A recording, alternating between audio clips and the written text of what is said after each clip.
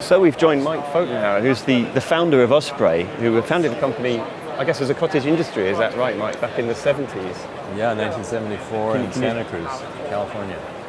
Can you just talk us through the sort of the development of the company from its sort of small beginnings to where you find yourself now? Sure. Well, back in 1974, I was going to the University of California in Santa Cruz, and I always had been interested in building my own gear for the outdoors. Not only because I couldn't afford it, but I wanted to understand when I was outside using gear, how to fix it if it went wrong. Yeah. I enjoyed design. I studied art in school, so building backpacks to me is a form of art. You might say a 3D kinetic sculpture, but it's just grew from there. We just tried to do manufacturing in Santa Cruz, and that proved to be the wrong location for manufacturing.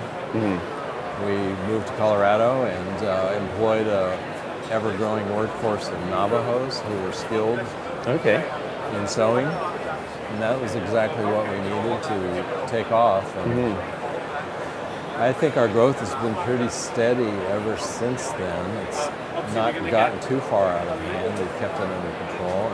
And we moved our production to Vietnam around the beginning of this century when the U.S. normalized trade with Vietnam. Yeah. And when it became apparent that if we didn't go that route, we were going to lose our company. All of our competition was offshore. Right. Yeah, so I suppose there was that sort of price pressure was just too much, I guess. Yeah, and it was important to me because I love the product building side of the business. I don't get too involved in the marketing and the sales. I'm much more focused on the design and the gear. And I ended up moving my family to Vietnam so that we could transition that production over there smoothly and responsibly. Yeah. And that opened up a whole new world. It's been a fun trip so far. No, that's fantastic. But I noticed that your recent ranges are sort of focusing much more on sustainability and durability and such like. I mean, where do you see the company going in future in those lines, and also maybe the industry as a whole? I wondered what your thoughts were on that.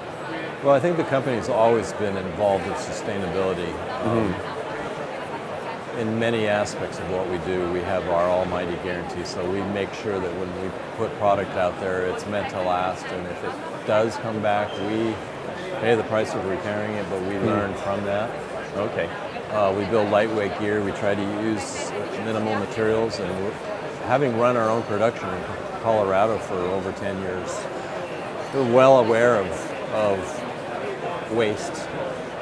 We do everything we can to avoid that. So when we're in Vietnam, we're in the factories all the time. We're watching what we're doing. And when we design, we keep that in mind. In the future, I think we will be pushing more and more towards utilization of new materials and new processes that ultimately will allow us to move completely away from the setup that we have now, the oil-based woven fabrics, the old sewing operation, the